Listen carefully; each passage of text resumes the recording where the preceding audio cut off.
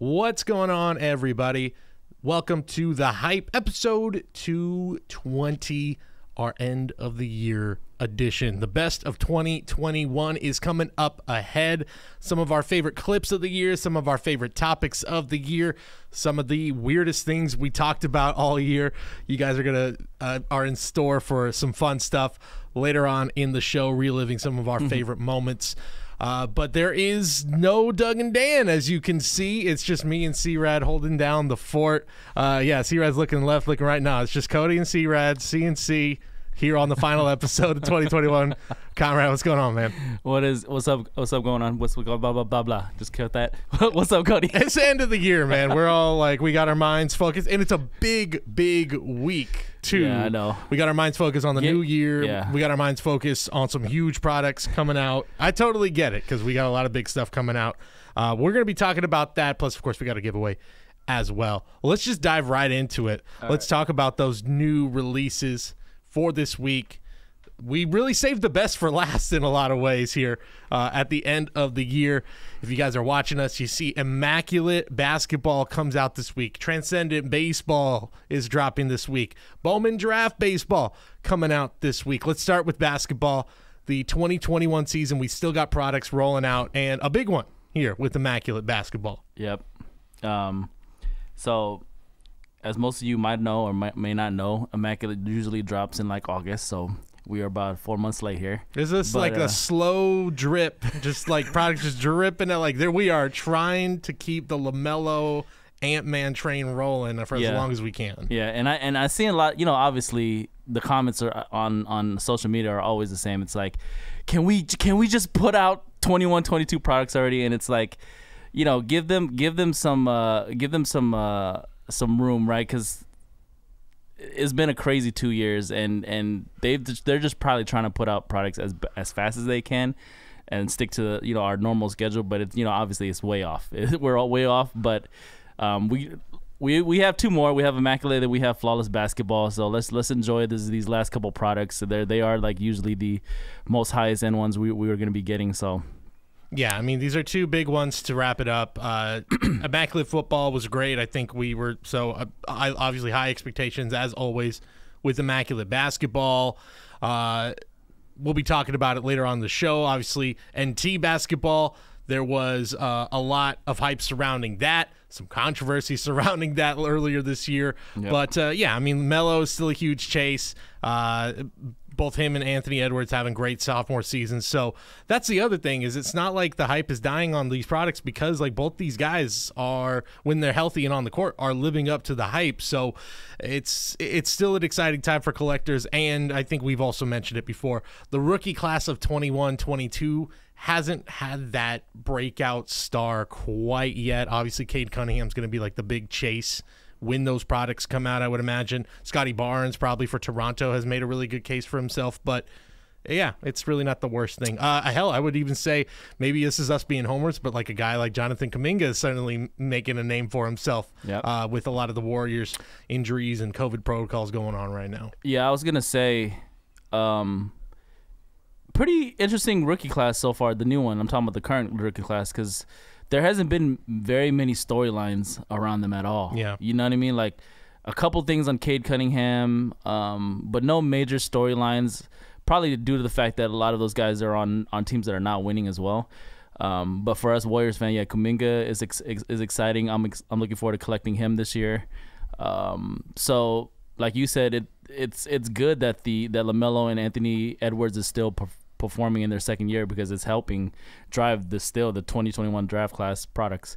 And also as a Warrior homer, I love the fact that we're kind of like prospecting on Wiseman too, and when we're still getting more products with Wiseman, because I could like get him for kind of cheap right now, because I have a feeling in the bottom pits of my stomach that he's gonna come back and destroy the NBA. So Well, I'm hoping so, just for the sake of like the Warriors not having to make a big deal at the deadline. That's true. If they're just like, cool, there we are got some Clay. rumors. Yeah, there are rumors. If you get Clay back and he's back and healthy and even close to what he is, you get Wiseman back and healthy, I mean, then, you don't have to make any trades at the deadline. So here's hoping. I think the one thing, and I know that there's still these big products for 2021, but looking forward to the 21-22, I think the one thing it does have going for it, even if there's not like an obvious star right now, I think there's a better chance that 3, 4, 5 of these guys hit. Whereas with the class that has just passed by, we're really looking at, I mean, there's the 2 big names and then a collection of like pretty good guys and some rotation guys, but nobody else really pops other than LaMelo and Anthony Edwards right now. Obviously that can change, but I think there's the potential for more of those guys in this newest class to really to make a name for themselves. You're right. And also, should mention new this year to Immaculate. Actually, they've had this in Flawless. Previously, it was in Noir, but they added championship tags to Immaculate this year. So that's new to Immaculate, the Immaculate brand. Just give it a little extra oomph probably this year for taking so long to come out, I guess. Yeah, I was gonna say, give us a little bit something for how long it's taken, and again, just being still in the previous season as we're now. I mean, what? When's the All-Star game? I mean, February. Yeah. There's a shot that we're gonna be at the All-Star game and we'll just be finishing the 2021 trading card season. But it has been a good one. So speaking of the 2021 card season, one of the biggest ones for baseball fans is coming out this week. We talked about Transcendent. We're breaking that on Friday. If you guys aren't in that break, it's still a really fun one to watch, so come and check it out. And all of this is going to be breaking almost everything new. All the new stuff is coming out on Friday. A huge day on New Year's Eve of breaks starting early on Friday. So come check us out, mojobreak.com, to get a spot for some of those breaks. Bowman Draft is always a big one. 2021 Bowman Draft. I think it's notable. Obviously, Topps always likes to keep a couple of big names ready for that next draft product. So they kept a couple guys out. The 2 that stood out to me, Jack Leiter, the number 2 pick for the Texas Rangers, probably the most recognizable name in the MLB draft from last year. Vanderbilt product, excellent pitcher. Al Leiter's son, former veteran pitcher for the New York Mets and Marlins and all that. He is not in this, and I know he's a pitcher. Pitchers are not usually as sought after, but I think he's the one guy clearly Topps believes it by keeping him out of it. Here, they believe that he is a guy that's going to defy that, maybe the next Strasburg, that type of chase. The only other guy, Khalil Watson for the Marlins, was projected to be a top 5 pick. He's not in this. He ended up getting picked like 14th to the Marlins because there was some issues around, is he going to be signed, all that. Ended up getting signed, so guy's got a ton of talent. Marlins have a ton of really good prospects all of a sudden. But there's still a ton of guys here. Henry Davis, Marcelo Meyer, Jordan Lawler, Brady House, a lot of shortstops in this set, which I think is really going to bode well for collectors. You got any thoughts, C-Rad, on the upcoming Bowman draft here? So question, the Marlins project, he's probably going to be in Bowman then, right? 22 Bowman? Yes. My guess is they're holding him back for Bowman here. Yeah, for the next Bowman. You know what? And Topps, in the same way that we just talked about, like the basketball products kind of lagging this year on release, they've dealt with this as well. Bowman draft coming out a little bit later than it usually does, but I know it's obviously a super staple for baseball collectors, and it's been a while. Bowman Chrome came out a while ago, so I know baseball collectors, specifically Bowman collectors, have been waiting for this one, and it's always a big release. So yeah, we'll have all that stuff on our site, and we don't have any super jumbo yet on the site, but we'll probably have some soon. Yeah, very soon. Crazy day coming up for releases, and yeah, Bowman, you said it. Bowman draft is always like a marquee release for baseball collectors. It's I'd say a really packed class still, even with some of those big names not in there.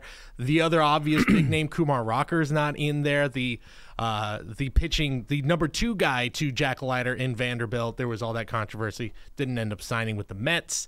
I know there's some confusion right now with the new Elite Extra out there. Kumar Rocker's in there. It's like, what do we do? As a Met. Yeah, it's yeah, I know. It's I don't know how if Bowman is going to even include him in any of these releases. At this point, I doubt it. They have enough time where they can just slip him out of there. But yeah, I would imagine Topps is going to wait until he actually is official. You know what I mean? Yeah, exactly. He's eligible again for next year's draft. He can be redrafted. So we'll see. It would be funny if the Mets just decide to draft him again. And with all these new releases, dude, this is a funny thing. I don't even know if you know this. Bowman Best comes out on Friday. That's right. Bowman's Best is also dropping amid all of this. I literally remembered this morning. You guys are probably watching this on Wednesday or Thursday, depending on where you are. And I literally remembered this morning, and I was like, "We don't have any on our site yet. Let me put up a random team break at least of Bowman's Best." Gosh, so that's crazy, man. I mean, you know what? It's a nice alternative if Immaculate Basketball, Bowman Draft are a little out of your price range. Bowman's Best. Oh man, the Bowman's Best, that type of stuff. I'm a fan of it just because it's a good product for a good price and you're guaranteed some nice looking 4 autos a box. Yeah, dude, it's usually always one of the most popular baseball products because of the value. Your fact that you're getting 4 autos is an 8-box case. It's not that quite a long of a break, so but you do get base cards at the same time, so it's always a fast seller. Like, we'll run through our allocation pretty quickly. Bowman's Best is a good alternative to Bowman's Draft. You know what I mean? If you just want to chase also like vets and rookies, you know what I mean? Yeah. So gonna be a packed day on Friday. New releases again. Check out Mojobreak. Going to be a very, very exciting day. Hell of a way to end 2021. The New Year's Eve. Day before, got it right under the clock, right under the deadline. Hey, bro, if you want to break straight into the New Year's, just come join our feed because I'll probably be here until midnight. I don't know. Yeah, with the amount of breaks on that list, I'm like, we're going. 4 new products. I don't know, man. Yeah, exactly. We're going to be opening a pack, and halfway through the pack, and be like, 2022. I started opening this pack in 2021. Thank you, Panini and Toss. Thanks for giving us some work to do on the last day of the year. Oh, man, wouldn't have it any other way. Speaking of the end of the year, let's talk about last week we talked about some of the best NFL products of the year. So now this week, we are throwing out some nominations for the best NBA products of the year. Some of the ones, if you're watching us on YouTube, you might see on the screen. Anthony Edwards, or the National Treasures Anthony Edwards, so National Treasures. Prism Basketball, always a staple. Contenders Optic. Had to throw in Revolution Basketball for C-Rad. Thank you. Select Basketball. But there are definitely a few other ones. Any products there that you're not seeing, names you didn't hear, that you think are deserving of some recognition this year? No, I think you got it right on the head. The only thing I would include, if you're talking about a best overall, like the top 5, for example, because I think you listed like 4 of them, right? Top 5, I mean, especially with since we haven't got Immaculate, we're getting Immaculate Friday, and then we haven't seen Flawless yet. Since those are not in the equation, the only one I would say you can add, and which is starting to become a staple in basketball collecting, is the 1-in-1 basketball. Yep. I think that's a lot of people's favorite product basketball. One of their favorite basketball products now is just anytime we put some up, it's like selling out so fast, and the secondary market for it is also hot. You know, people are paying a lot for those timeless moments. People are paying a lot for those downtowns. So that's definitely got to be up there on the in terms of the best products of the year with NT. Like you said, I think NT is one of the best products. Revolution's literally probably my favorite out of all of any of the products. It might not be the best, but it's my favorite. But yeah, I mean, in terms of, do you have any ones that are not on that list? I mean, I think that's kind of the right there. That feels like the right list. NT is just such an obvious choice, and you know, with it being a big rookie class, and it was just an exciting rip. And I think maybe the fact that we here at Mojobreak hit so many big ones, and you especially hitting so many big cards in such a short amount of time, I think maybe that definitely colors our a little biased. A little bit biased, yeah. When you pull like 3 or 4 LaMelos in like 2 weeks, you're like, this is a pretty good product, man. This ain't bad.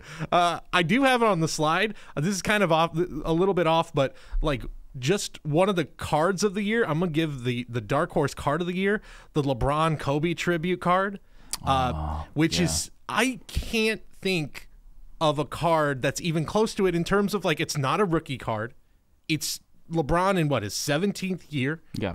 And people are, I mean, the variations of those are going for insane amounts of money on the secondary market. Yep. When I was looking back at hype episodes, looking for some clips to use, there was that episode, I think he pulled the gold one, and it got great, and it was going, I can't remember exactly what it sold for. I was like, man, this is like, I think that's like a dark horse for just the single, like, one of the cards of the year, that LeBron Kobe tribute. We're talking, that's a whole different conversation. I know. It took on a life of its own. It's crazy. I'm glad you did decide to showcase it on this episode, though, because it hasn't been sold yet. From what I know, but we talked about the PSA 8 one sold earlier this year for $100,000. Crazy. And the one that we pulled and eventually got graded, it got a PSA 10. So who knows on that one? But I believe the owner of that card wants to move it soon, but I think he might be using going a special auction route of I'm not quite sure, but yeah, man, that card. This is the one of the reasons earlier this year, right? So Prism came out hot, right? We were right at the peak of the pandemic year, and just everything being so hot at the beginning of this year, January, February, and March. Prism had just been released, and obviously Prism was a hot product. Everybody wanted LaMelo and Anthony Edwards, and then the LeBron card right from the gate was a card that everybody wanted too, right? And then we had the cool down in the hobby where prices started coming down, box prices started coming down, Prism prices started coming down. And then, a lot of people attribute that, there's so much Prism out there between retail and hobby and Fast Break and Choice and Tmall, which is absolutely true. But I kept reminding people that the reason why I was like, if you guys want to buy specifically, I don't give up too much, like, I would say financial advice or whatever, because that's not really what we do. My job is really just open up the products and be excited about that, right? But I felt like it would be personally, I would feel like it's a good long-term investment, because even LaMelo and Anthony Edwards never blows up, or they never reach their potential, like what people believe they're gonna be, like superstars, all-star, all-time greats. That card will always be a big chase for 21-22 Prism. Yep. Because of the meaning of that card, right? And for people that understand that, that's why they're paying a premium now, because they know long term that card is going to be special, right? And unless, like, Panini reprints that themselves, which I hope they don't, or Fanatics redoes it again in the future, which I hope they don't, but they might, who knows? That's always going to be one of the most sought after LeBron Laker card ever. I think it is the LeBron Laker card. Yeah. That's where I think I was realizing it. And I mean, I think the first moment I even saw it, I went, whoa, that like pops. Like they knew exactly what they were doing with that card. So It was cool to see them put that kind of care into that card. It's going to be the one when people are like, what are the best LeBron cards from each of his eras? Yeah. That to me is right there at the top. It should be one of his, if not his most important Laker card. And and for a lot of the newer collectors that maybe have been in just like the past year or two, the reason why certain cards from the 90s, like of Jordans, and certain cards are worth a lot, like inserts and stuff, you know what I mean? Is because not only does a card have to look cool, right? It has to like visually appeal to us. And I know that's subjective, but it also has to have some type of meaning too. Like, the meaning is that it's rare. Like they only made 99 precious metal gems or something like that, right? Or maybe just like in this case, that was a tribute dunk for the late Kobe, right? So it's like you're not only getting LeBron's in a Lakers uniform, but he's doing a Kobe tribute dunk, which means a lot to not only basketball fans but Laker collectors. You know what I'm saying? Yeah. So it's that when you're looking at, and that's a good example for people if you're trying to purchase certain cards of certain players. Like, number one, like the same thing that people always preach: buy what you love, right?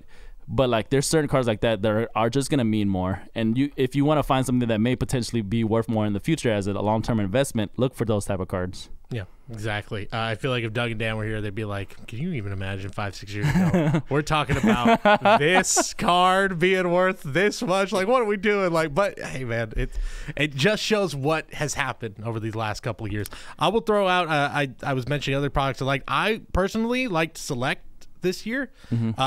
Especially, you were saying just the look of the card, like, the look of the court side, especially like the mellow court side, I really liked the look of it. It just looked nice, like it was exciting to pull it. So, and the variations and the color and Select, I think, is always really, really exciting and fun. And so I personally like that one. So that's going to be our contest this week. Let us know in the comments if you're watching us on YouTube. We're giving away $150 of site credit. What was your favorite NBA product to rip in 2021? Was it one of the ones that we mentioned here? Is it something different? I know before we started recording, C-Rad, you were mentioning Flux was an interesting one, a kind of a rookie of the year in some ways, maybe a better value rip, something like that. Let us know in the comments below if you got any others that you think are worthy of recognition. So with that, we move on to go down memory lane a little bit. We're going to relive some of our favorite moments of 2021. You see a few athletes right there. If you're watching on the screen, some guys who defined the hobby in 2021: LaMelo, Shohei, Ohtani, Steph Curry, Mac Jones.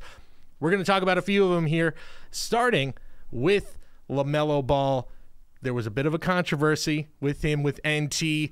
Then we'll hear about Justin Herbert. Remember that trade that almost happened, or didn't almost happen? That happened earlier this year, the Mike Trout, Justin Herbert trade at the, I think it was the Dallas Card Show. Yep. That was a big story. It's now it's December, and I think I can say that guy kind of knew what he was doing. I think he was right. I think he was right. I know we were all calling him crazy, I remember. Yeah, exactly. Yeah. But also, Dan, we're going to start with that. Dan finally saying I was right. Shohei Ohtani is the greatest baseball player to ever live. And yeah, I think he called that in like May. Yeah, he was definitely right there. Yep. So enjoy the rest of the show, guys. The best of 2021, starting with the athletes that defined the hobby this year. Dan's made about 50 predictions on the hype, and this is one that's kind of paying off. First off, Hall of Famer is what I am. I thought you were going to say Shohei Ohtani. Well, he's a Hall of Famer too, but like I bat well over 400 with my predictions. Well over. I mean, I know you're going to go back to one prediction. Oh, Dennis Smith Jr.? Yeah. Dennis Smith Jr., yeah. He could dunk. He could dunk. There's no doubt he could dunk. Now he's at Dunkin' Donuts, so he's working for Dunkin' Donuts. But, yeah, I was wrong once. But tend to be right a lot. Well, you waited on that Ohtani. You did. I mean, I was jumping ship last year after the second injury that he had, basically that derailed last season. He was injured in his first season. Hasn't been injured quite this year yet. I know he's had some soreness, had some couple days taken off, but I mean the man is on fire and looks like he's transcending baseball, and he's in the conversation for MVP. He's in your conversation for greatest of all time, apparently. What do you see in this in Shohei Ohtani and his future? What don't you see in him? What does he not do? Does everything. Doesn't steal bases. No, he does. He actually does. I think he actually leads the Angels in stolen bases. Okay, well, he's not a good bunter. You don't need a bunt when you hit the ball 450 feet. He does have some great home runs. I'm really trying to be devil's advocate. At this moment in time, it's very hard for me to go against you. It doesn't matter. He is 100% the most exciting thing in baseball today. So you think he's going to win MVP this year?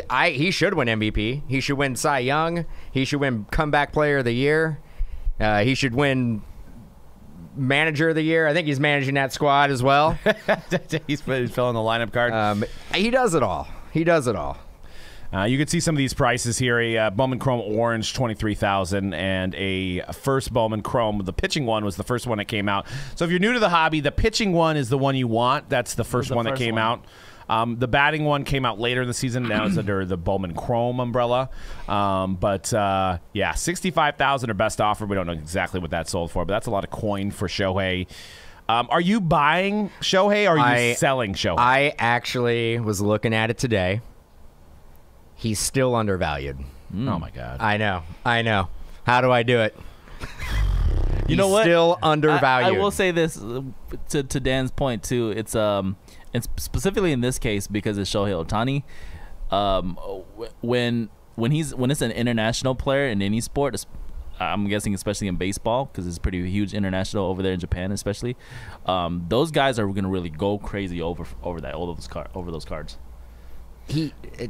Well, then sell them to them. I will gladly sell my Shohei Ohtanis to those guys because I'm a seller right now because I've been through the ups and downs, mostly downs with Shohei Ohtani. You just got cards. no faith. I just have seen a pattern. You got paper hands, bro. You got paper hands. I may have paper hands, but the reason why the guy's been overused. He does it all, and he's tired, and he's probably going to injure something. He isn't tired. How do you know? He's not tired. He's not tired. He's a young man. Nobody can get him out, and he gets everybody out. Can you say that about anybody else? I just don't know if we're going to have another peak, which is actually kind of funny because the whole uprise of this whole hobby kind of started with Shohei Ohtani. Yeah. And now we're back around talking about Shohei Ohtani again, which is it's just like it kind of comes back in cycles, right? So, 17 had Aaron Judge and Cody Bellinger, which kind of let in. But then Shohei Ohtani, there was mania going on. There was like $40,000 Shohei Ohtani autos. There was that bounty that Blowout put out for like $500,000 for a super fractor. Yeah, but Aaron Judge isn't living up to the hype. No, he's not. Shohei is living up to the hype. Bellinger, you got to say, I mean, he's injured, but Bellinger is a top 10 player in the league. Yeah. But he's been injured pretty much the whole season. What is Ohtani, a top 10 player in the league, you're saying? Oh, God. Dan, hold on. Let me ask you a question, Dan. I mean, he's the best. Dan, let me ask you a question. Do you think Shohei's prices will eclipse Trout's at some point? Maybe not this season, maybe not next season. That's a tough one. If he puts together, and this is, he's on a historic run right now, but if he puts together 5 years in a row like he's putting together right now, yeah, that's fair. There's no doubt. That's fair. Actually, he will eclipse any modern player. I'm glad you put that in there. Yeah. His cards will be more. They'll be more than like the pinnacle. 52 mantle. 52 mantle. Nah. Ohtani.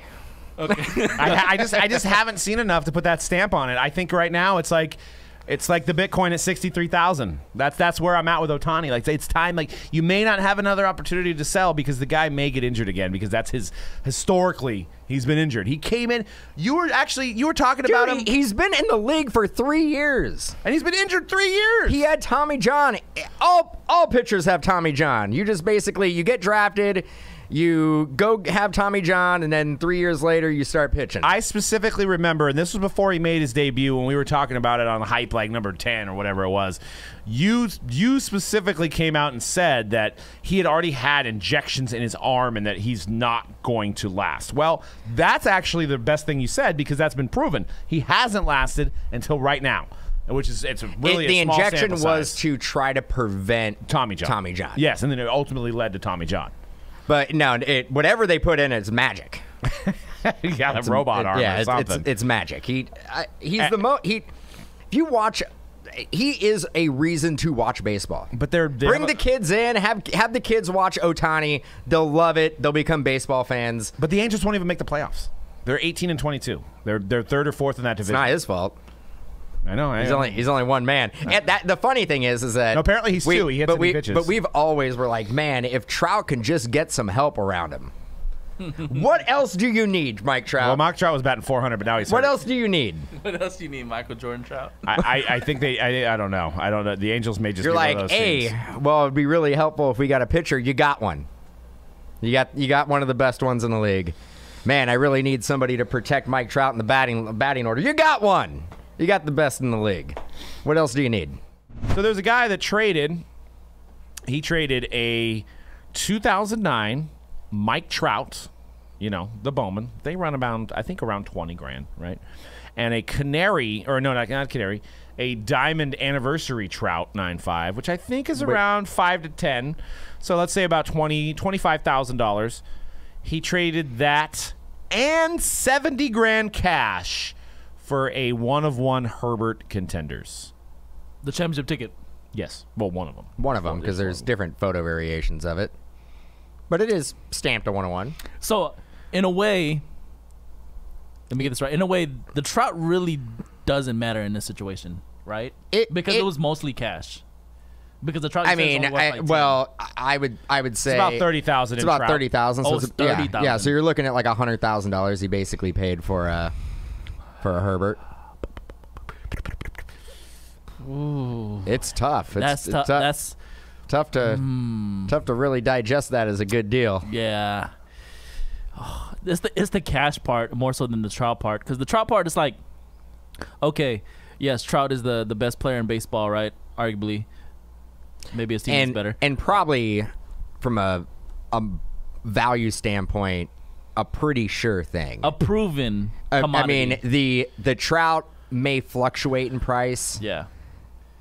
It's not going to completely depreciate. It's always going to be right. around. You're right. You're always going to have a good solid 20 grand in that card. And then, it looks like the it's about Herbert 7,000 if it's the Diamond Anniversary one. It's about 7,000. It's a $7,000 card. Yeah, and then the other one is probably around 20, or at least I thought it was. I thought the Trout.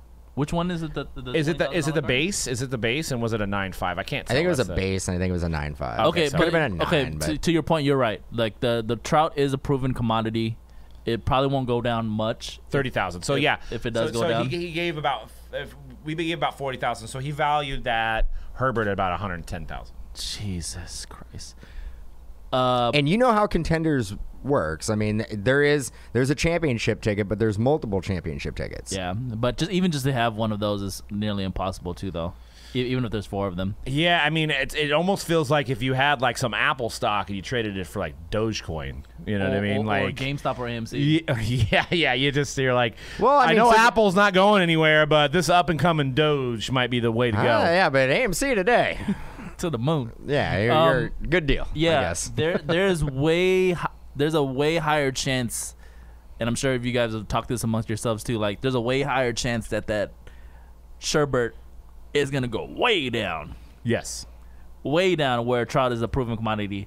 Where maybe he's looking at like you would need Herbert to turn into Patrick Mahomes to win to make more. Yeah, you're talking like in order for it to appreciate and go up, you need a Super Bowl, like within soon, the next 2 years. Soon, yeah. And if you want to get to Brady status, he literally needs to be the best to ever do it. We're talking 5, 6, 7 Super Bowls. Like, the chances of that happening. I mean, I look at Herbert. I think Herbert's great. I don't think Herbert's going to be any better than Aaron Rodgers. And Aaron Rodgers, I mean, if he's as good as Aaron Rodgers, he'll be a Hall of Famer. But I think that is the ceiling with Herbert. Yeah, I think if you're looking at it from the standpoint of for a long-term investment, and will he make his money back? That's obviously you can make a big argument that he won't or he'll lose money. But I think in the market right now, that's what the Herbert is worth right now, right? About 100, could be 100, 110,000. So to me, that's why I said the Trout doesn't really matter, because the Trout was like 30, 40,000, right, for those 2 Trouts. Maybe he wants to put, because it was $70K cash. Maybe he wanted to put his, he doesn't want his cash to depreciate, like so a laundering situation. Okay, so you're saying $100,000, and he was saying that it's worth $100,000 at this moment. Yeah, and I would say if it's a long-term investment, if he plans on holding that card, that is a huge risk. Yes. Now, if he has a buyer in mind who is looking for that card, and he's going to be able to make $20,000, $30,000 on it, a premium, finding that Herbert collector, or going to sell it right before the season with the speculation where like he could flip it and maybe or send it to a big auction house, maybe send it to PWCC, send it to Golden Auction, stuff like that, where he knows he's going to be able to get, even with fees, he's going to be able to get a profit out of it. Then okay. But if it is a hold and see how he performs, hold until the end of time. Well, somebody's going to be holding it, though. I know. Somebody has to. But you got to hope that it is somebody who either is a Herbert collector or a Chargers fan. But even the way quarterback or teams give up on, their franchise quarterbacks, I mean, we've seen a bunch of franchise quarterbacks are on other teams. Sam Darnold, another team. Exactly. Drew Lock was a franchise quarterback. He probably won't even be starting for the Broncos.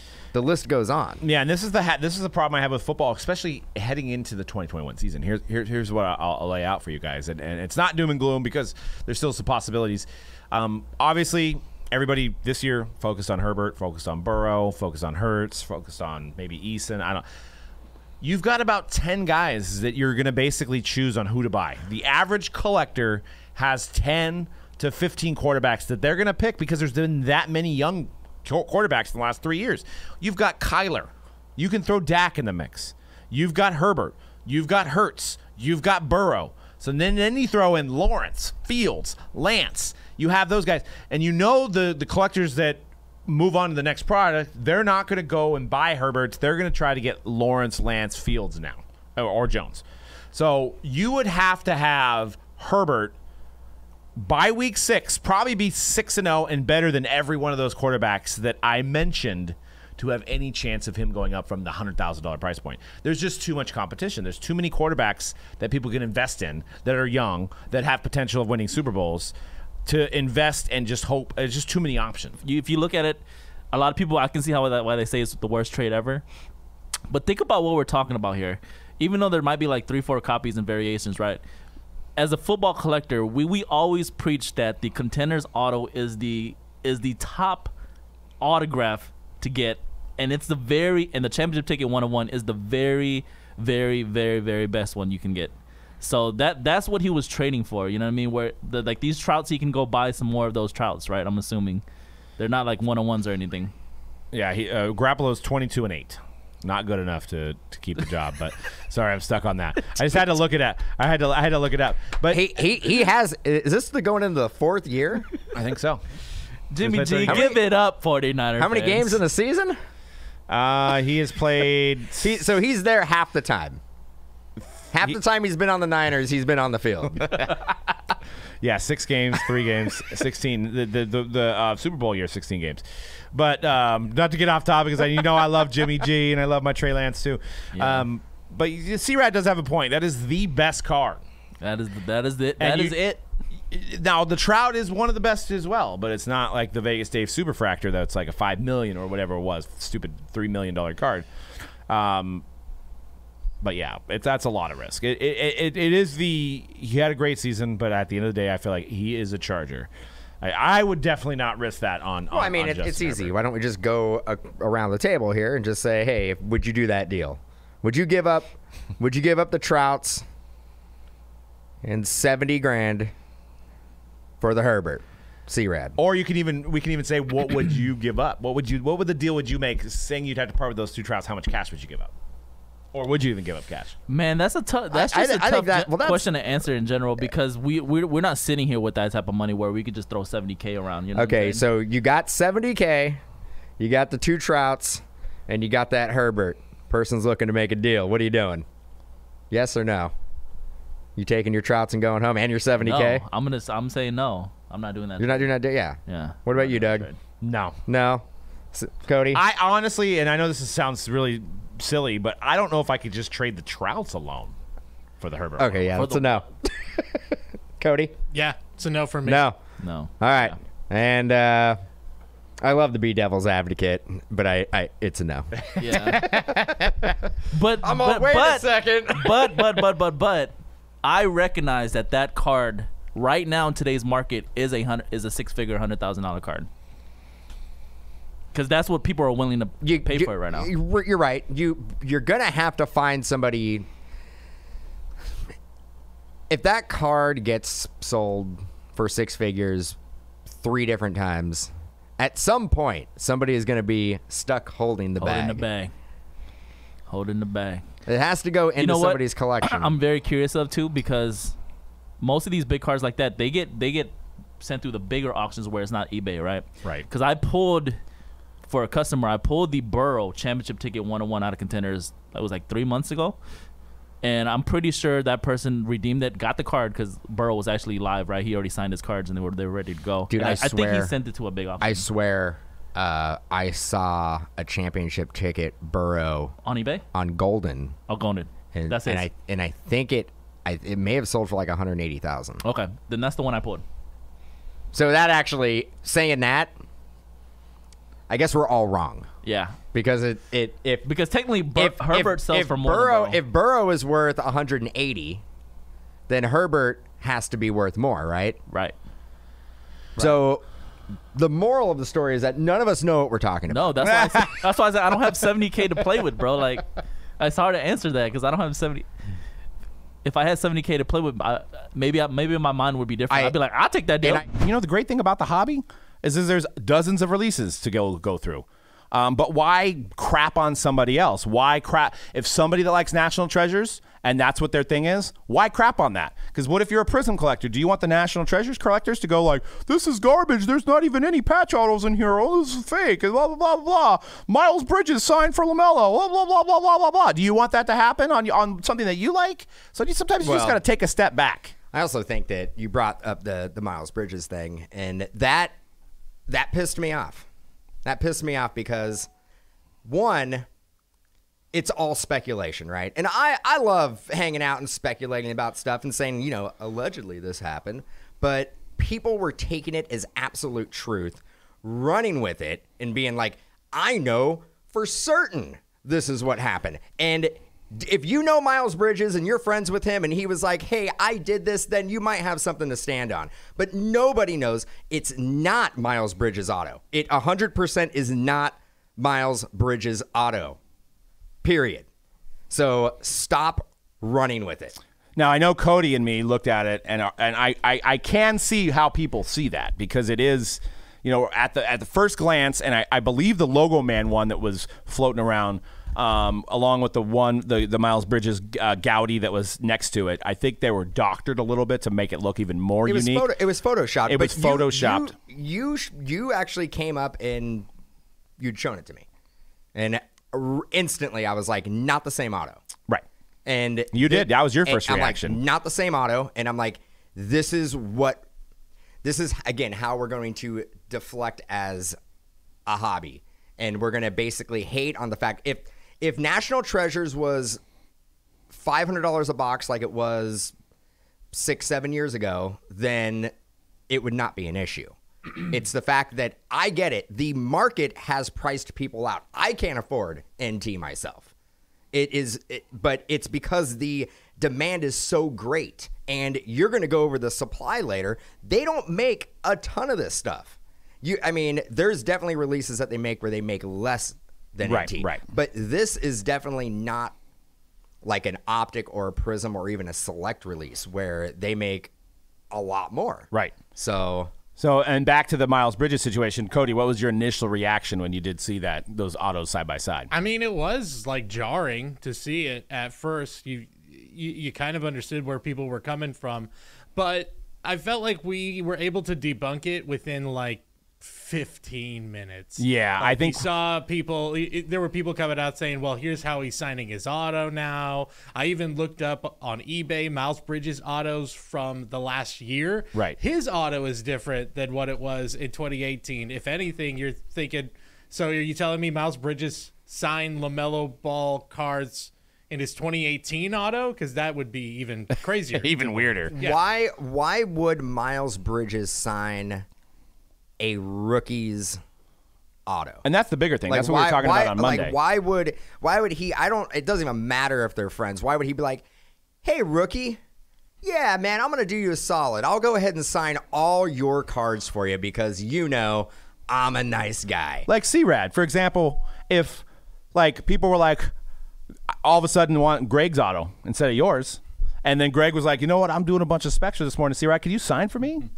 You'd be like, hey, your tenure's down here. My tenure's up here, right? Yeah. It's just like, and it doesn't matter that maybe LaMelo has more hobby lore than Miles Bridges. But that dude's a rookie. He's still a rookie. They get like, I don't think there's rookie hazing as much anymore, but there definitely is like a pecking order of like, I've been on this team now, and Miles Bridges is a Luka year, right? So he's already been in the league 3 years now, where this is LaMelo's first year, who didn't even play a full season. Yes, he was electric, and in hobby lore, yes.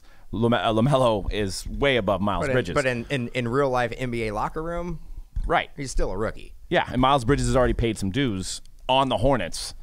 So why would he be like, sure, buddy, I'll sign for you, and you're younger than me? You know what I mean? And the story, the way it snowballed was like insane. So you have like, well, he was doing it because LaMelo broke his wrist. I'm like, how do you know that? And then I'm like, I get it. I'm like, he broke his wrist, but the first thing he's gonna do is like, I got to get these autos. Like, even though they were all redemptions, and he waited until like way late in the release schedule to start signing them. I mean, it wasn't until, let's face it, the season was over, and he probably started signing now. Right. He probably started with NT, he started with Spectra. He's probably going to do Flawless.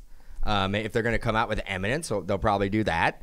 And then the back redemptions, he'll start. I mean, he has a lot of them. He was in every product, so it's going to take a while to get him into the marketplace. But like Joe Burrow's autos, like his NT, they started shipping. Yeah, so we just got one in. So anytime like you're worried about a redemption, Panini is doing a good job about going out and getting these redemptions fulfilled. They do not want to put redemptions in their product.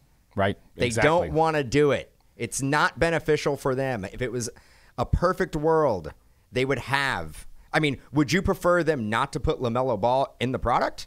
Yeah, they could do that. The product probably isn't going to stand very well, right? Yeah, no one's even giving credit the fact that like they got LaMelo in the most important product of the year. Like it's Miles Bridges autos and it's not even player worn, blah blah, garbage. Yeah, the player worn argument means nothing. As we've seen in the numbers of the sales early on. The speculation on it being Miles Bridges auto, shut up with that. Yep. Like, you're wrong.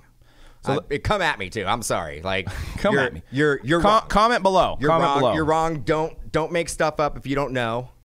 Quite possibly the three most talked about names in the sports card world in 2021. Justin Herbert, Shohei Ohtani, and LaMelo Ball. And judging by the reaction to last week's podcast, if you look at the comments on YouTube, we asked you who had the worst autograph in sports in 2021. And I'm not going to say it was quite a consensus pick, but there were a lot of people throwing out LaMelo Ball's name, and I'm sure part of that being the controversy, quote-unquote controversy, surrounding his autograph, the Miles Bridges thing, and a lot of you not taking Dan's advice and saying, look, it's not his autograph, so let's all move on. It's LaMelo's autograph. It ain't Miles Bridges, I should say. I tend to agree with that, but hey, let's all agree to disagree, I guess. Moving on, we've talked about some of the best in the sports card world, but let's toot our own horn here for a little bit. We celebrated our 200th episode of The Hype this year, and we had a very good time. Such a good time that I spent countless hours editing out long takes and drunken conversations we had on the episode. Although it was a lot of fun, I will say. We had a great time. We had tons of cameos, and we popped some bottles and committed a party foul almost immediately. Here's a look back at episode 200 of The Hype. We're going to celebrate the 200th episode. We're going to pop some bottles. Dan, we're going to set that down with authority. We got some shirts we're giving away. And we're going to remember this hashtag, hype. Hashtag hype 200. Make sure I'm on the mic. Yeah, you're all hype 200. You don't have to put a space in it or anything. It's not like hype. Underscore. Dot 200. Yes, sir. Yes, sir. Dan, what's going down, man? How's episode 200 treating you? Oh, yeah, it's fun. Loving it. Are you going to pop it? I'm going to pop it. So oh, no. Do it. Oh, no. Cody, have you ever had some champagne like this before? Oh, look at that. He didn't even hate. I know. We're going to edit that one out. Nope, that's in there. Episode 200. So this is the gold bottle. I have not, no. The Ace bottle here that we're going to be cracking. Was that brought to you by Motorhead? Ace of Spades. Yes, What did we drink for episode 100? Ace of Spades would be a great We had some Dom P. Dom P, that's right. So we had to top our game. That's right. Did we, though? Is this worth more than Dom P? Slightly. A little bit? Slightly. The bottle is dope.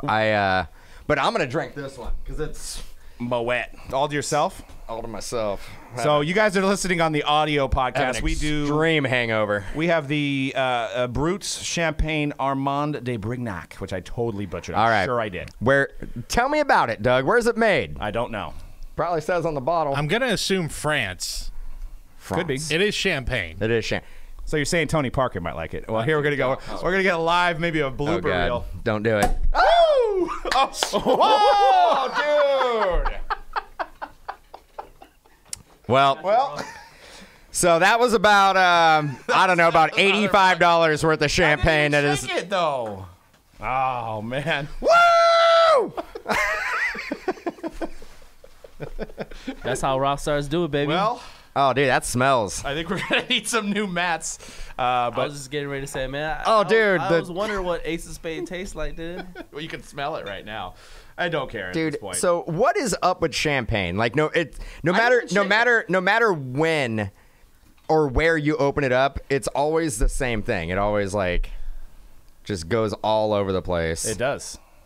But that's part of the fun. That's part of the celebration. It felt like we just won the World Series. We got to get Cody Possibly. some of this over here. We got to get C-Rad some of it, but Hold up, yeah. So we got a great episode. As you can see, we're already doused in champagne. So and we got a whole other bottle to drink on top of that. So this might not be the most kid-friendly show. I mean, we're not going to probably drop any F-bombs, but hey, we're going to have some fun. We're going to celebrate 200. First of all, thank you guys for listening. I mean, we were at the National. C-Rad knows. All these people coming up, you guys giving us props and listening and sticking with us for the last 2 years since That's 2017. cool, man. I'm all sticky now. Yep. So do I? Oh, we used all of the napkins. Oh no, it's cool, man. I got my pantalones. Just Hey, use those. it's all for the effect of what we're doing here. We're Oh, did celebrating. you just drink it? I wanted to. I did. I Yeah, couldn't so hold we it didn't back, even so I didn't cheers get to it. cheers. No, it's fine. yeah, we Cheers. gotta- Cheers. Yeah. Cheers. We'll edit that. Cheers. Cheers, everyone. Cheers. Oh, Happy geez. Episode 200. 200. Happy 200. Yeah, C-Rad. Appreciate everybody. Is there any left after that? Yeah, I know. A little bit. I got a lot, A bro. little bit. All right. Well, we're gonna have some fun today, but once again, we appreciate you guys. We got big giveaways going on. We're gonna Tastes like 200. It tastes like 200. Tastes like 200. It was actually 300, but it was tastes like 200 episodes. Man, how does it feel, guys? 200th episode. Feels amazing. C-Rad, how does it feel? Feels great that like obviously all of you guys still listen to us after all these years. We started like a while ago. 200 episodes is a milestone. So thank you everybody that still listens to us. C-Rad actually he was in the background. He didn't even have a face shot for a while, and then he was floating in space. He was just a floating head. It was a floating head at one Just the point. floating head. And then we had some episodes where it sounded like we were in caves because we had echoing problems. We got some bad reviews because of it. And then Cody comes in, saves the day, fixes the audio.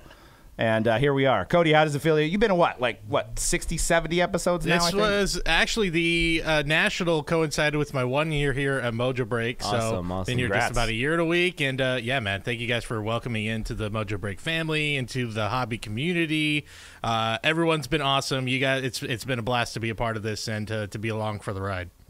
Absolutely. We couldn't do it without you, so we definitely appreciate your knowledge and your golden voice that you bring to the table. Thank you. That great broadcasting Kingship. voice. So we're going to take it back to episode 1. We're going to talk about episode 1 of The Hype and the lineage of our podcast real quick. Before we get into talking about National Treasures, we also have the Hype Rushmore, and we have Guess That Price coming up soon as well. But what was it like, the first episode? What did you think coming in with us crazy folk doing the show? What'd you think, floating head? I wasn't even a floating head in episode 1. I weren't. was just a floating voice in the atmosphere. And from the very beginning, it was I didn't know what to expect. I honestly didn't know we would even get here to 200. The show took many forms over the years, and it's been fun every single episode. Definitely. Now, me and the show really came into its own once C-Rad joined the show, but we did have some shows prior to C-Rad, which was very spontaneous. It was like every couple months we did a Mojobreak podcast, dating back to, I think, 2011, the Cam Newton year. If you listen to episode 1, I think we're talking about Cam Newton, Julio Jones. But how was that like at our kitchen tables, Dan? Man, that was a long time ago. I actually, to be honest with you, I thought we did pretty well, but the feedback that I would get throughout the industry wasn't as great. I actually had some pretty poor feedback, but it was fine. We were having a good time doing it. We learned it on the fly. Do you remember some of the poor feedback specifically? Yeah, I'm not going to get into it. But we didn't really, not that we know what we're doing now, because we don't. We have no idea. As you can tell by how many takes we probably had in this show. So not to hate on you, like that was a great intro, but you know, Perfected. when you're not doing it live, you got the little safety net you can go back on. So what you're seeing now, this is the best we got. It is. In case you're wondering, yes, this room that I'm sitting in, recording in, still smells like champagne. It reeks of it. It has smelled this way for 6 months. Somebody please send help. Moving on.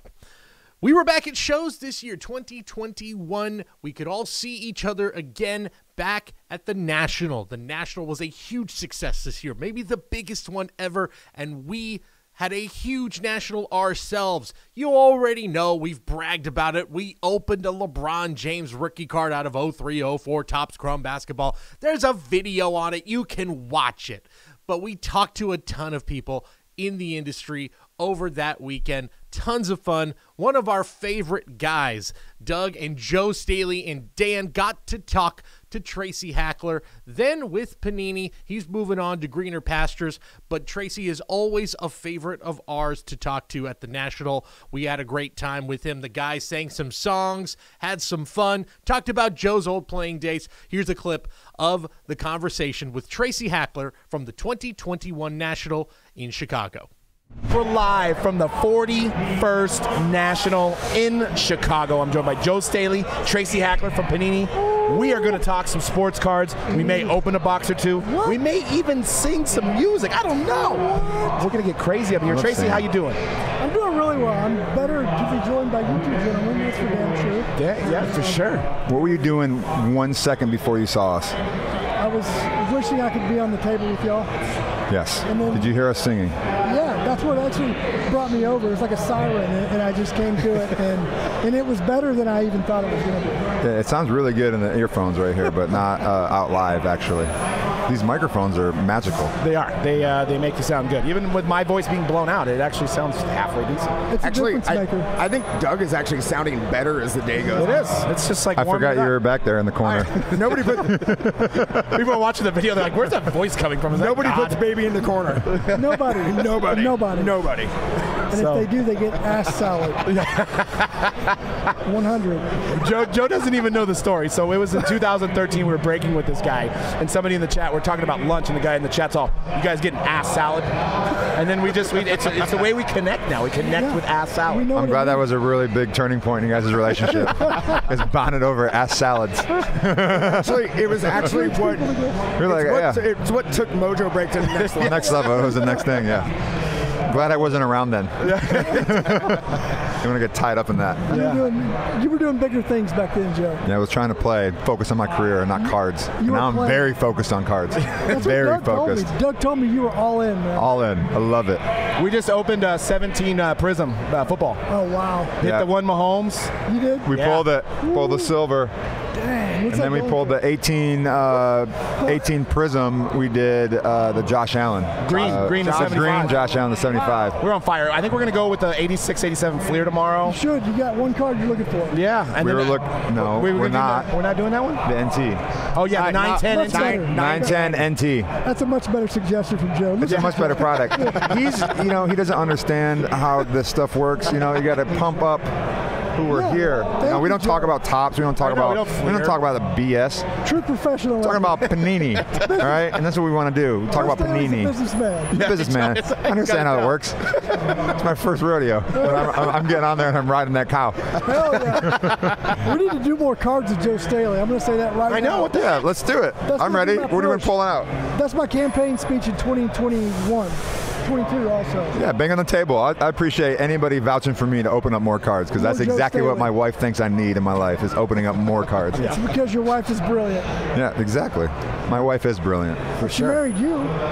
It was a good decision she made. I think I made the better decision by marrying her, though. We all should outkick our coverage. Yep. For sure. So what's Panini doing? What do you guys got going down over there? Well, I'm waiting for the crowds to show up. Yeah. Yeah, right. I don't know where they are. I don't. Where's the people at? The one thing I got to say, this is like the slowest national I've ever been to. I'm like, are they going to open up the doors at some point? I don't There's like know, nobody man. here. Look, at some point, I mean, it's Friday now, so we only have 2 days left. I know. Wait, I don't know when it's going to pick up. There is a wave coming, I believe. The wave, I know. It's still a wave. It's like tumbleweeds. We're going to ride the wave. It's somewhere over the rainbow, I hear. The wave Somewhere over the rainbow, way up high. Ooh, look at that. Getting low with it. is. Because Baby, speaking of lock them rainbow, doors and turn the lights down low. Oh, man, that's a good one. is that I don't Chris think I go Young? that low. Is that Chris Young? He's a good singer. Is as it well. Josh something, no? Oh, is it Josh? Oh, yeah. Who was that? Oh, you're right. You're right. I'm thinking somebody idea. else. So you're the Luke Bryan guy? Luke Bryan? Luke Bryan's good. Luke Bryan's good? It's not my jam. Like, country's not my jam, but Who's your jam? you know, I like a little R&B, hip hop kind of. Nice. That's a surprise. Well, You surprised me don't- with that. Did not think you were going to do that. I thought you were going to be like a more Bruce Springsteen guy. Like my dad. good, yeah. Like, you gave off like Pearl Jam, Bruce Springsteen vibes. Well, I was just trying to fit in, man. You know, But Well, R&B is not fitting in with me. I mean, I'm not a big R&B guy. But I can grew up jam on to R&B. that. Yeah, what's your favorite R&B song? oh, favorite R&B of all time? Yeah. Oh man, I mean, Poison? Girl, this I think probably Babyface is real. Oh, okay. that's like some soul. Luther Vandross, even older. Nobody knows it but me. Jeffrey Osborne, you guys remember Jeffrey Osborne? Probably not. I'm way older than both of you. Yeah, you are. Peebo Bryson. What? Remember Peebo Bryson? No. No. So, I'll just shut up and we'll go. No, Well, you have a very eclectic taste. I love that. That's good. I listen to everything. So. I need to add, what was it? Peebo Bryson? You look him up. I will. I need to add him to my repertoire. And when you do, I want you to text me a thank you. All right. I will. Appreciate it. I'll listen to it tonight when I'm in the hotel. Or By if I yourself? hate you. By myself. I feel like it is probably like just like by yourself music. It is. Get out candles and get in the bathtub. Whatever you want to do, man. Absolutely. I'm in. Wait, what? All right. So you and Scott's got a show going on, right? The Panini podcast that's going down. Yeah. You guys had like Ricky Williams on. Yeah, we had Ricky on, I think episode 2. Yeah. Like our boss is Jason Howarth, is our VP of marketing, is my boss, and he's been on us for years to do this, and we always kept putting it off. And then we finally had to relent, and we did it. And it's fun, you know, it's more kind of behind the scenes, talking to product development people, internally, designers, acquisitions people that deal with people like Joe. Just trying to give people a behind the scenes look at what we do. It's been fun. Yeah, definitely. So how would one acquire a guy like Joe? What do you guys do? What's the process, if you're privy to say? If you're like, hey, we need to add an offensive lineman. Hey, more linemen. More, exactly. We need more It's like more linemen. We need more. You guys get hosed in this industry. You do know that, right? I would have never have guessed. You get just absolutely crapped on. Crapped. People eat Like ass salad. like a poop directly on my head. Yeah, and that's not fair to you guys. No. You guys, I've been trying to get some Joe Staley cards out there. I'd love to open up a pack of cards and We're gonna- see my ugly mug staring right back at me. we're going to make it happen. I appreciate that. We're going to make it happen. Thank you. Say no more. I'll say less. He's gonna make it. I'm gonna shut up right now. You take over. So acquisitions, Doug, to your original question, is it's really as easy as the product development guys bring a checklist up and say, we want autographs of these 100 dudes. Here's our budget. We have a whole teams of acquisitions folks. Usually 4 people on football, 4 on basketball, 4 on soccer, UFC, whatever. They work together. They deal with player reps, the PAs, to get deals done. Yeah. Make an offer. Here's this much for this many autographs. No, I don't want to do that. Then there's that back and forth negotiation until they eventually either reach a deal or don't. So it's a lot of give and take, and a lot, as Joe knows, like a lot of agents have the same player or have multiple players. So we'll talk to an agent that might rep 20 dudes, Yep. Right. and we're comfortable with them, and they're comfortable with us, and so never really any huge pain points. I have made one deal with Panini. I worked really, really hard to get it done because I know that you guys don't like to have offensive linemen signed, but I wanted to have some autographed cards out there, so I was working with you guys, and I said, I don't care what you pay me. I don't need to be paid. All I want is maybe send me a couple boxes and they were like blown away. They're like, wait, what? You actually want just to? I swear to God. And so I asked to get paid, and like, When was that? 2 years ago maybe. We got to get you back in. I was like trying to just get paid in like product. Product, yeah. And they were like, we can't actually do that, but. I was just like, what? This is more of a thrill for me to sign these things than it is for, I'm not trying to get paid out here. Probably a bad business strategy for me going forward, but I just love cards, man. No, we love that you love cards, and we're going to get you more cards. That sounds fantastic. Can I have a say in the picture that is chosen? I think I can probably make that happen. Yes, thank you. Nice. Just don't tell any of your former I won't. peers. No, definitely not. Because I will say, the one picture, whoever was in charge of choosing the offensive line picture, we got to work on what they actually choose. Because it's, there's only a certain amount of photos of us in a tight uniform, being 310 pounds, that looks, hey, you don't look like a fat schlub. And they always choose the most fatty schlubby kind of picture. You just kind of like bent over, and your like rolls are all over the place. In fairness, Joe, a lot of times our options are limited. Then no one's taking pictures of us unless we're giving up sacks. Big thank you once again to Tracy for joining us at the National in Chicago back in July. Tracy announced he's joining Kentucky Roadshow, so we'll still be seeing him at the National. Maybe hit up a karaoke bar in Atlantic City. Let us know, Tracy. And finally, what would any good podcast be without the occasional non sequiturs? Whether that be C-Rad renouncing his lifelong Raider fandom, an in-depth discussion on the TGIF lineup back in episode 200, or a very confusing and mind-melting discussion about whether we're going to live in the Matrix or not. Are we in the Matrix? I don't know. I haven't seen the new movie yet, so I don't have the answers for you. And we didn't have the answers for you on one of our latest episodes of The Hype. We talked about the Metaverse. We talked about underwear. We went all over the place. Here's some of our favorite weird moments from 2021. Michael Jordan's dirty undies are currently up for auction. Who would do this? At Leland's. Leland's auction has, I think, a whole closet full of Michael Jordan stuff. How'd they get them? Up for sale. And that's a good question. They actually got it from this guy, who you can see in the documentary, who was MJ's former security, John Michael Wozniak. So if you go to Leland's and you want to bid on any of these, they all have the Michael Wozniak collection, John Michael Wozniak collection. Sir, why do you have Michael Jordan's underwear? He just passed underwear? away, didn't he? Did he? This guy, I'm not sure. I am almost positive. That might be why. So That might be why. So that might be why you see this up for auction. And of course, right now. those watching, he was the guy who did the shrug, who was playing like the game before the playing like, I don't know what it was, dice or the quarter roll against the wall. Before the game, and he did that shrug that became like iconic. Like he became the breakout star of The Last Dance. Yep. It's just his collection. Yeah. So it says, what does it say in the description there, Cody? It said something to the effect of definitely used. Gross. Did it say gross?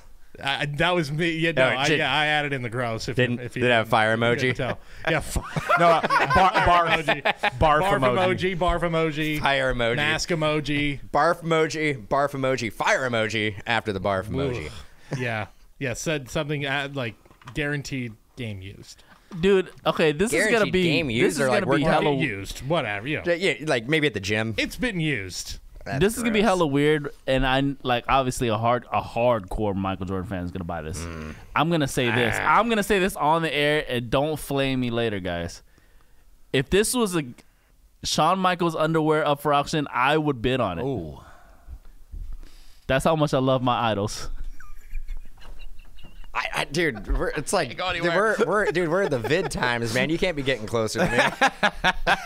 I'm glad you said you didn't put in the jar there, but no cap. I have a couple questions, as well, and I'm sure you guys out there do. Did they wash these? And No. if they did wash them, does that take away from the person that wants to bid on that? Well, how would you? I mean, I'm assuming that how you know that they're used is the fact that they're not washed, right?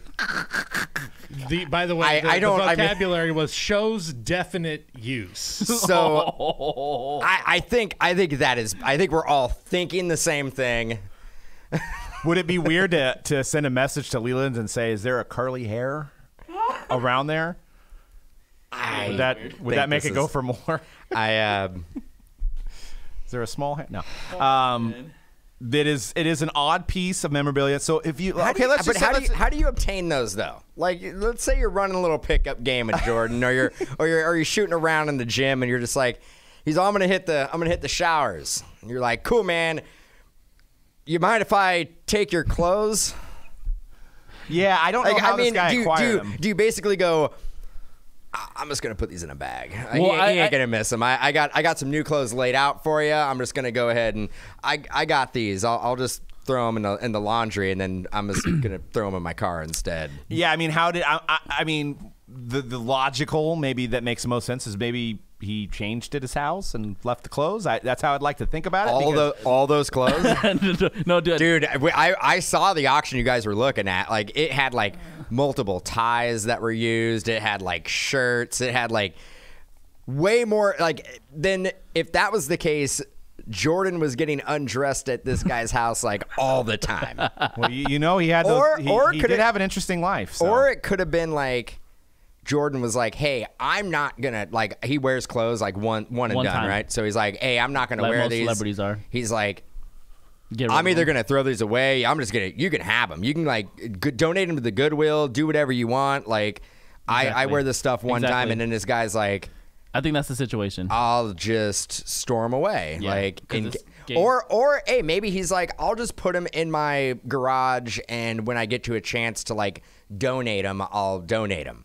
And then I think if he did pass away, somebody basically came over and they're like, oh, he has a garage full of clothes. Oh, this is all Jordan stuff. Yeah, I'm sure there might be a story out there. Garage full of Jordan's underwears.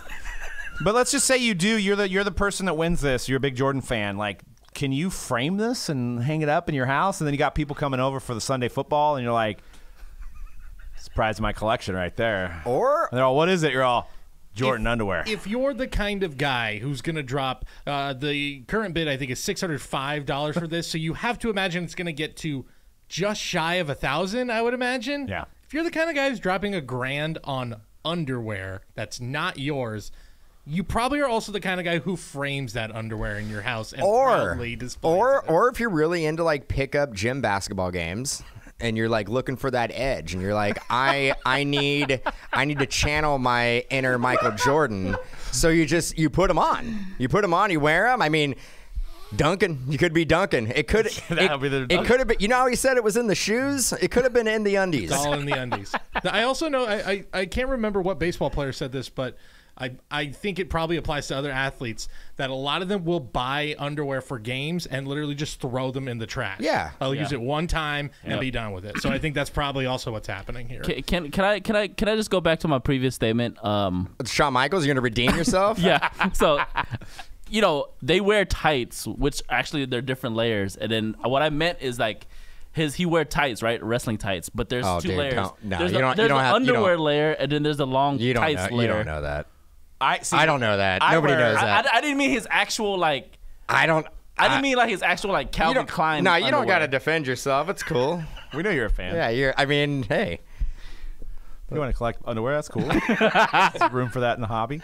What's Leaf doing with Meta? I don't know. I love how. I don't know. What's going?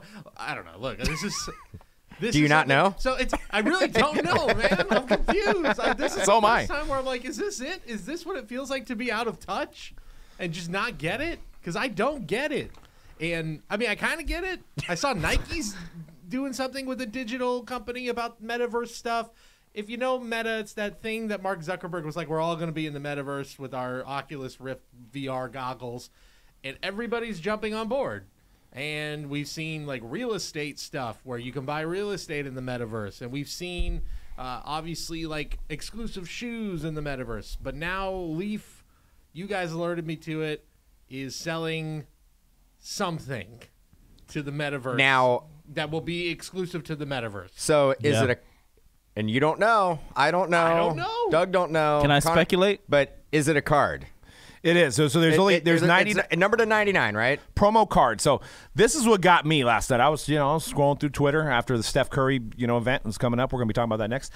And I was like, what is this? And it says, and I'll read it like I'm selling it because this is how I read it. It was, Leaf is pleased to announce its newest brand. This brand will be the first step toward a world of trading cards that will change forever. First ever Leaf Metaverse promo card is on the site now. Only 99 copies made. Limit 2 per order. And I'm like, I gotta get it. Feed it to me. So I clicked on it, sold out. I'm bummed out, but I didn't even know what I was gonna buy anyway. So, but I was gonna buy it. I was gonna give him my money. I didn't know if it was $5 and how much? $1,000. I don't know. It didn't. It sold out. Yeah. So you were buying it. I was gonna buy it. And it could have bought been $1,000 a card. The sales pitch was great. And you're like, yep. I would have probably bought it too. You would have bought it honestly. too. Yeah. Okay, now we are just buying nothing now. We're buying thin air. Listen, We're buying listen. thin air. So I haven't read into the metaverse much. I kind of have a general idea of where this is going, but from what I can gather, so the metaverse, like Mark Zuckerberg is trying to introduce, it's kind of like if you've ever seen the movie Ready Player One, right? Where it is this whole universe that exists that is supposed to be way cooler than the reality that we currently live in. So if you can buy exclusive shoes, you go into the metaverse. You can buy your exclusive shoes that you can wear in the metaverse. You can buy your exclusive Leaf metal cards that you can show off in the metaverse, but they only exist in the metaverse. But this is a real card. It's a real card. Yeah, that's what I don't understand. Wait, are we sure about that? Yeah, Are you sure? I don't know. Yeah, Leaf is. I'm with you. I don't know. So after you click on the, wow, we're really educating the collectors on this one. Oh no. How can you? It says this chromium. And once you click on that really sweet promo that got me to click on it, this chromium promo card could go down as the most important promo card in the history of the industry in time. If you don't know why, you'll want to find out now.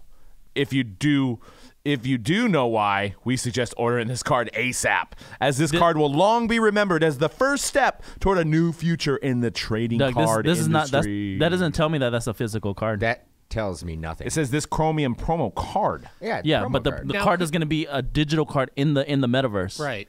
So you have to go in the metaverse to collect this card. Could it also be using some sort of like augmented reality technology where like you can have the physical card, but like when you're in that world, you can, it's this. Now, I don't know. I think it's a completely digital card in the metaverse that you can only hold in the metaverse. Said limit 2 cards per order, only 99 copies made. Like, so you have to be in the metaverse to have this card, but then other people in the metaverse are going to want this card. Let's go next segment. Listen. Let's go. Listen. Let's go. We have no idea what we're talking about. Let's roll. Listen, because Leaf is the first one to do this, there is some value in that, being the first to market at something, right? There's always some value to that, being the first to market. If they're the first trading card company to have a trading card in the metaverse, that's gonna hold some value. So we're talking like virtual reality, right? Maybe. I don't know. The metaverse. I'm not sure if it's a card or like not. when we say the metaverse, we're talking like the Oculus, right? Yeah. So the what? The Oculus. So you're gonna get this card, and it could be anything. In the metaverse, it can be anything. No, it's gonna be a card. But could it change? It could be like No, it's gonna be something that it's gonna be. You'll know what you have when you're in there. It's gonna be an actual card. But you won't know what it is unless what it is or who it is until you get it in the metaverse. Until you're with the goggles on. I don't know if it's necessarily with goggles or not. Yeah.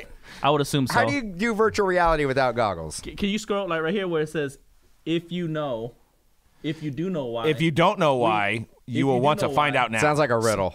Yeah, so like the people who know that jump. The reason why it sold out so fast is because the people that know it sold out because people don't. They're like, I hate money and I just want to throw it somewhere. Metaverse is a hot name right now. Everyone saw that big. Everybody's presentation. using Meta for something, Right. But this is all within the same metaverse, Right. I mean, whether you liked that presentation that Mark Zuckerberg had or not, like it's a hot name, and suddenly people are like, "Well, is this where I?" Need Are we to put money? like this is the next Facebook? More than Facebook, this is literally our new reality. If you want to go that far, which look, I have some deep existential concerns about all of this. Yeah, right. I don't know if I'm in like even if little- it means I'm making $1 million, I'm not. That's valid, into it. yeah. That's just I'm scared. So I'm scared. I This just wanna- metaverse is gonna tie into like where like what the NFT market is. You know what I mean? Like it's all gonna tie into each other. What's happening with NFTs in the metaverse, and just digital currency in general. Man, Digital collectibles. I thought NFTs were hard to like wrap my head around. And then Brian but Gray. Now I'm like, it's way easier because it's like it's a picture. Brian It's just a Gray. digital photo. To add to this, Brian Gray, out of at Leaf CEO on Twitter, he retweeted, quote tweeted it, and said, "If you know what this means, you know you need to buy this card immediately. If you don't, you should research and pray there is still a card left when you are done. Just wait, just wait." Yeah, I wish I got one. To me, this feels like a guy came to my door and knocked on my door, and he's like, "Give me $100. I'm gonna give you something that's really cool, but I can't really tell you what it is." That's what I was digging for my I wallet. can guarantee you it's going to be really cool, and I don't even know what it is. Yeah, I just got to. I mean, that's the FOMO, right? We purely hit FOMO last night. I'm not. We didn't know what we were buying. If I would have stumbled across it on Twitter and it was available, I probably would have bought two. I wonder if there's a secondary market on this. I was going to buy it. Whatever. I would imagine at this point you're only going to be able to buy and sell them if you're in the metaverse.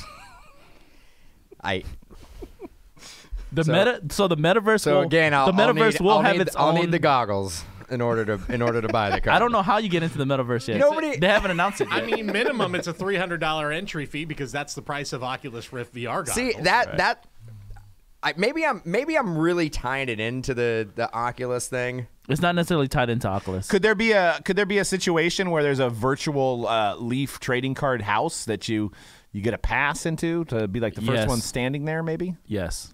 Maybe that's what it is. Like, hey, I'm in a virtual world of Leaf trading cards where Brian Gray's there, and listen, I've researched this and very Joe Exotic. I've researched this very minimally, but I kind of get what they're trying to go for here, right? And I reference that movie again because it's literally Ready Player One. Is that? It's a movie, yeah. Steven Spielberg series, movie and a book too, yeah. So it's basically it's a good movie. I've heard it's a good for movie. folks that don't at some point the actual reality that we live in right now is not great, and they want to go somewhere to escape and have a better life. So that's what Zuckerberg's trying to create with the metaverse. Wasn't that Total Recall? That could be the. Wasn't that Total? It's Wasn't that? It's the Matrix. Yeah. Again, there's been a lot of warning signs. I'm just saying. Man, I went from being 39 to 70 on this show today. I did. I aged. I mean, honestly, we seconds. all could use a lot more, obviously, research with this. Like, I don't know anything. I'm just kind of like speaking off the top of the head. But if I'm understanding correctly, this is a card that you will have to go into the metaverse to collect once you've already purchased it. If you bought one, hit me up. I'm buying it. So you buy it and then you got to go into the metaverse to actually see it. To buy it again? No, not buy it again. Just to receive it. Just to look and at then it. have it in your metaverse house or whatever. Oh, dude. You know, we were talking off air about this. You know, remember back in the day when there was like the Dungeons and Dragons like marriages? Like we're gonna probably have this in the metaverse, right? Metaverse marriages would definitely happen. Oh yeah, they're gonna happen. 100%. Yeah. I mean, I guess the thing about that is if you got a friend that's like across country and he's having his wedding, you just sit on your couch, put your Oculus on, and you're at their wedding, right? Like something I heard about the metaverse too, like what I could kind of gather from their Facebook commercial too, is that like there's going to be digital, obviously, concerts in the metaverse that you can only attend for your favorite bands. For example, you have to go into the metaverse to see their concert, and like that's how it's going to be consumed in the future, like music wise, So concerts. It's like Skype. But It's like Zoom. this is quickly becoming the best topic we've ever had on the show. This might go in the Hall of Fame. There you go, folks. That is the hype for 2021. We'll see you in 2022.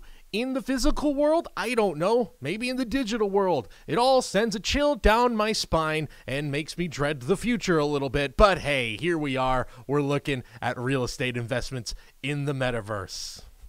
Anyway, to be serious here for a little bit, thank you guys for watching and listening to The Hype and to Mojobreak Media all year long. We've seen just fantastic growth in Mojobreak Media over the last year. We could not have done that without your guys' support. Thank you guys so much for supporting it, for supporting this podcast, for listening to this podcast, watching it on YouTube, wherever you get it. Thank you guys so much for being on this journey with us. Our 200th episode was a blast. We can't wait for the 300th episode down the road. We hope that you keep watching and listening throughout 2022 and beyond. When we come back in 2022, we will be handing out the awards for our best products of the year in each sport, doing a little more looking back at 2021 and looking forward to the new year. Thank you guys so much again on behalf of C-Rad, Doug, Dan, and myself. I'm Cody, signing off for 2021. We'll see you guys next time on The Hype.